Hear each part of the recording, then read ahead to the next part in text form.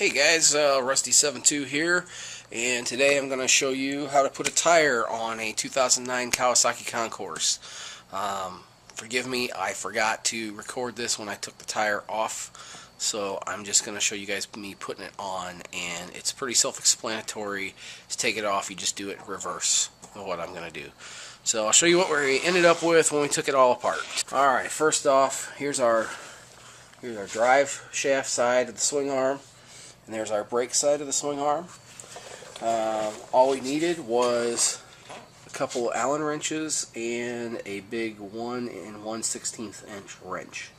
So what you got here, here's your drive spline on the bike. It's on the left side. And here is your drive hub on the wheel. That wheel slips over the splines right there. There's a spacer right there that goes on the other side, so you have to remove the brake caliper, which is 1 Allen bolt right there. I'll show you where that goes when we put it back on, and basically you just slide the tire over to the right and off comes the tire. So I'm gonna put that back on and show you guys how I did it. Roll the tire in place.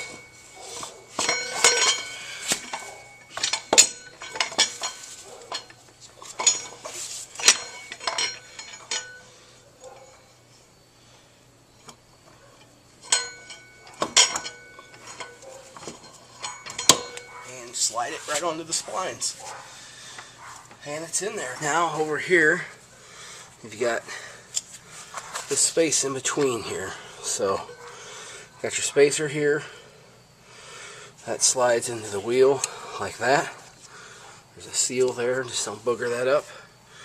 And then we're going to slide the caliper, slide the rotor between the 2 brake pads. And then, so that's in there at the bottom. We're just going to push that up into place. Right there. Now, on the other side, got this hole right here. That's where our axle goes in. You got your axle here. Slide it in. Should slide in fairly easily. You might have to jiggle the wheel around a little bit. Alright. Keep everything lined up on the other side. And then push it through until the threads come through on that side. Just give it a little tap with your hand. No hammers necessary. I hate watching shows like American Chopper or anything where they use a hammer for everything to install these axles. It's ridiculous. You shouldn't have to do that. If you line everything up right, you don't need to use a hammer. Alright, next thing is this washer. Goes on the outside of the axle there. And then you have your castellated nut. And I'm just going to screw that down, finger tight for now. Now, the next thing we're going to do is put this caliper bolt in, which goes right here on the swing arm. That's that bottom hole forward of the axle. Slide it in there. See how the bracket swivels? Just push it up where it needs to be until you can put the screws on there, and then you screw it down tight. And don't forget your thread lock, which I'm going to find right now. Put that thread locker on there and screw it in. Now,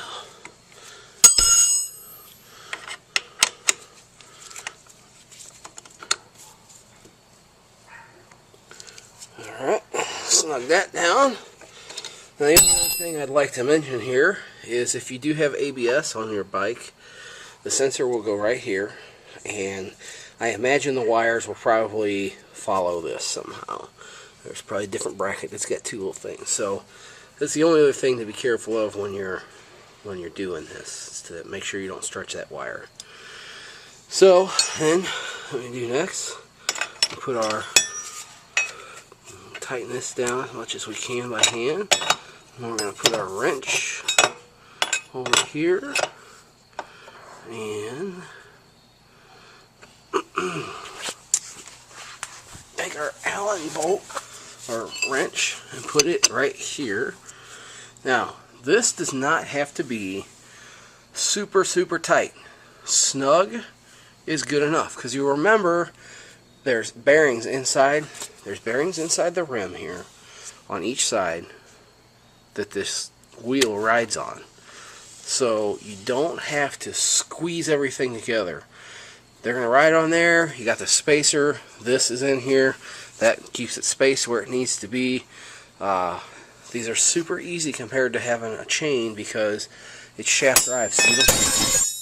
It's shaft drive, so you don't have to worry about adjusting how far back your tire is from the front of the bike. So it makes it a lot easier. So I'm going to go ahead and tighten this down, and then I'll show you what I'm going to do next. Alright, so tighten that down, and I watched, once it got snug, I watched the castellations on this nut to make them line up with the hole in the axle. Now the last thing to do to make sure your tire's going to stay on is put your cotter key through there and bend up the tab on the other side.